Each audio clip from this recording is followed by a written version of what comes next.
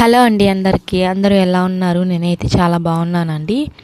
ఇది మండే అయిపోయిన తర్వాత ట్యూస్డే వ్లాగ్ అండి. మండే ఒకసారి అయితే ఇల్లు మొత్తం అలికేసాను. ఇప్పుడు మళ్ళీ అలుకుతున్నాను. ఈరోజు కూడా దీపావళి కదా, సో అందుకని చెప్పేసి ఇల్లు ఎంత అలిగినా మళ్ళీ ఒక్క గంటకే మా పిల్లలు తొక్కి తొక్కి పెడతారండి. మొత్తం గలీజ్ అయిపోతుంది. ఇల్లు తుడిచేటప్పుడైతే నేను ఉప్పు, పసుపు, ఇంకా కొంచెం లిక్విడ్ వేస్తాను. బయట కొనుక్కుంటాను. స్మెల్ అయితే బాగుంటుంది అది, సో అందుకని చెప్పి.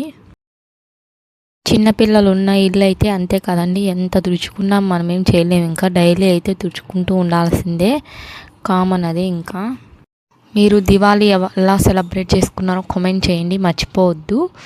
నేనైతే ఇంట్లో పని, వంట, ఇంకా పూజ, ఇల్లంతా అయితే ఊడ్చుకొని ఇంకా టిఫిన్ చేద్దామని చెప్పి దోశ పిల్లలకి తినిపించేసి నేను ఫ్రెష్ అయి తిందామని చెప్పి దోశ అయితే ప్రిపేర్ చేస్తున్నాను. చట్నీ దాంతోకి.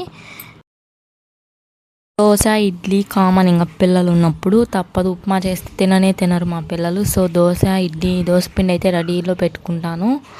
దోశ అయితే తినేసి ఇంకా ఆఫ్టర్నూన్ ఏం చేద్దామని చెప్పి ఆలోచిస్తుంటే మటను, చికెన్ తీసుకొని వచ్చారు.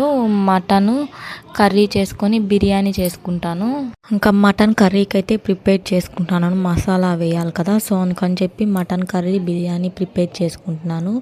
మీరు ఏం స్పెషల్ చేసుకున్నారో దివాళీకి కామెంట్ చేయండి. ఆల్మోస్ట్ మటన్ కర్రీ అయిపోయింది, ఇంకా బిర్యానీ కూడా అయిపోవచ్చిందండి.